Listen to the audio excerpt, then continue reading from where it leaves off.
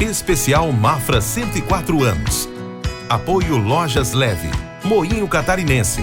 Vem, Agência de Publicidade, Lojão da Economia e Alfa Contabilidade. Amigos do Rio Mafra Mix, estamos de volta, continuando o nosso bate-papo para contar um pouquinho mais da história, das curiosidades de Mafra. Comigo continua o professor Sandro. O professor Sandro, sempre é um prazer tê-lo conosco.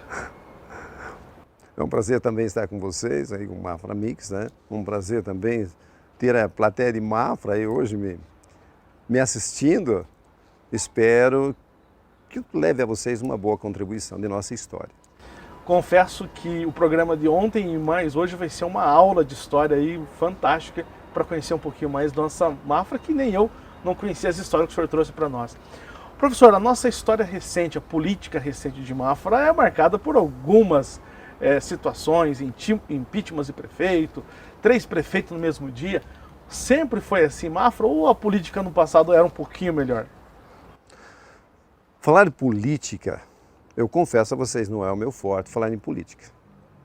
É claro que eu vivenciei também esses momentos aí de vários políticos que tomaram posse, daí saíram no mesmo dia, daí outro voltou, né?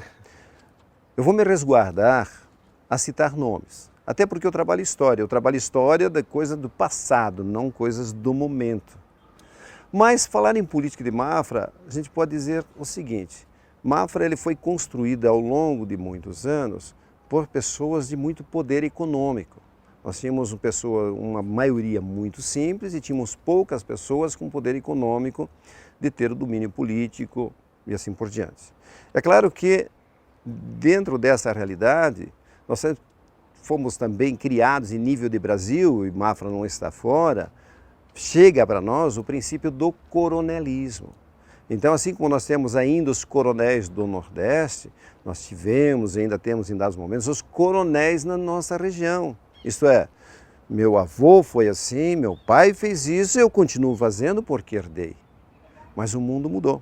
O mundo mudou, a realidade é outra. Porém, na política, nós ainda continuamos com esse princípio muito próximo do coronelismo, misturado com o populismo.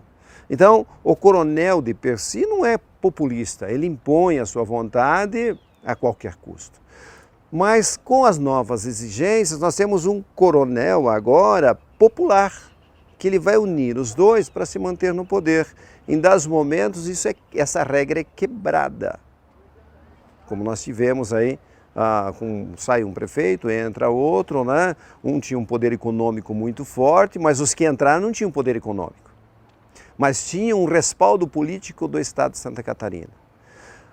Agora, deve-se essa questão também, se me permite dizer, que a nossa população mafrense, ela foi educada dentro e criada e cresceu e se desenvolveu dentro desse princípio coronelístico, ou desse coronelismo, em que nós somos subservientes àquele que manda e àquele que obedece. A maior parte do povo aprendeu a obedecer e não aprendeu a decidir. Não que ele tenha que mandar, mas ele tem que saber decidir por sua própria consciência e não pela consciência dos outros. Isso fez com que a política tem feito, não é que fez, tem feito da nossa política uma disputa de alguns interesses que não necessariamente é aquilo que o povo gostaria que fosse, mas ele vai de acordo com os interesses de determinados grupos. A própria eleição que nós tivemos, ela foi uma eleição diferente. A democracia vence, mas se nós olharmos, houve uma divisão muito grande do eleitor com 3 candidatos, porque nós temos quase o mesmo número de votos para candidato A, para candidato B, para candidato C. E até o B lá ficou quase próximo também. Isso é o candidato que ganhou, o atual prefeito, ele ganhou por uma margem pequena de votos, mas ele ficou superior aos outros, mas os outros quase chegaram juntos. Então essa é a nossa política.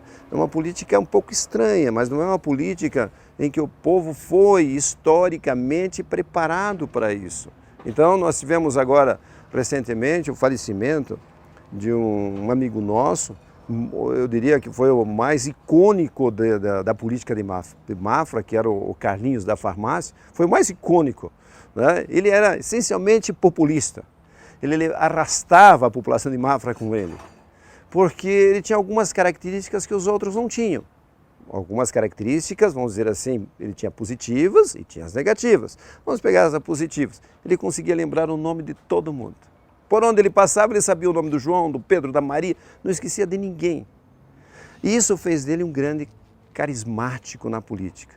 É claro que politicamente tem muitas falhas nesse processo, mas ele é herdeiro desse processo de coronéis também, que uniu o coronelismo junto. Agora, se nós tivéssemos historicamente políticos dedicados ao município, dedicados à sua obra, à sua construção, e que não fossem com esse fundo de coronel, com esse fundo de disputa de poder, eu acredito que nós teríamos um outro município, um município mais democrático, um município mais aberto, um município mais desenvolvido, mais, digamos, mais destacado. Mas a história de nossa formação política nos prejudica. É claro que daí tem um grupo político que tira proveito dessa situação. Agora, precisamos mudar. Eu acredito que um dia vai mudar. Não? Me permite, eu não vou citar o nome do Carlinhos apenas, me dava bem com ele, tivemos alguns desavenços e tal, mas não posso deixar de citá-lo porque ele é o único que é icônico na política de Mafra, o único. Morreu meio sozinho e tal, adoentado, mas se ele não tivesse os problemas de saúde que teve, ele estaria governando ainda com a mesma desenvoltura que o fez no passado, com essa forma carismática, mas sem alterar a característica política de nosso município. Esse é um ponto negativo. Tem os seus lados positivos. Mas o lado mais interessante disso tudo não são os políticos que estão aí. Nós temos os políticos que nós escolhemos. É a nossa representação. Eles representam aquilo que eu sou também. Ah, o vereador tal não é isso, o vereador tal é aquilo. Ele é aquilo que nós somos, nós colocamos eles lá. Que infelizmente, historicamente, nós temos colocados muitos péssimos vereadores. Historicamente temos feito isso. Porque nós estamos olhando para nós e ao olhar para nós, nós colocamos os nossos defeitos. Nós temos que mudar, senão não vai alterar em nada a sociedade de Mafra. Como eu disse, eu não sou um bom comentarista político, eu não tenho uma dedicação à política. Né? Há pouco me perguntaram, olha, sobre o prefeito atual. O prefeito foi eleito, e o prefeito é de todos, ele está ali. Seja ele bom, seja ele ruim, ele é de todos. Ah, vão criticar? Vão. Vão me criticar? Vão. Na sociedade é assim, o homem é assim, nós temos um grupo que critica o jeito político, tem um outro grupo que elogia a mesma postura. Essa é a sociedade. Agora, mesclar esses dois lados é que temos que aprender. O professor Sandro foi meu professor quando fiz curso de jornalismo na UNC, foi um dos meus professores. Professor, e quando se fala de uma cidade, a questão da cultura, da educação, como que o senhor vê, como educador, como que o senhor vê que a gente pode mudar o nosso futuro? O senhor muito bem falou, eu conto as histórias, revijo as histórias do que aconteceu, mas se nós olharmos para o futuro, a história também pode nos ajudar a olhar para esse futuro. Que lição, que legado que o senhor poderia deixar para a gente pensar, refletir no Mafra que queremos para os próximos 104 anos? A política, ela está diretamente ligada à educação. Nós somos educados de acordo com as diretrizes colocadas e traçadas pelo poder político, seja ele nacional, estadual e municipal. Ela segue esse princípio. Nós não temos um processo educativo que seja isolado ou distinto de uma diretriz nacional ou estadual. Isso é ilegal. Então nós temos uma legalização.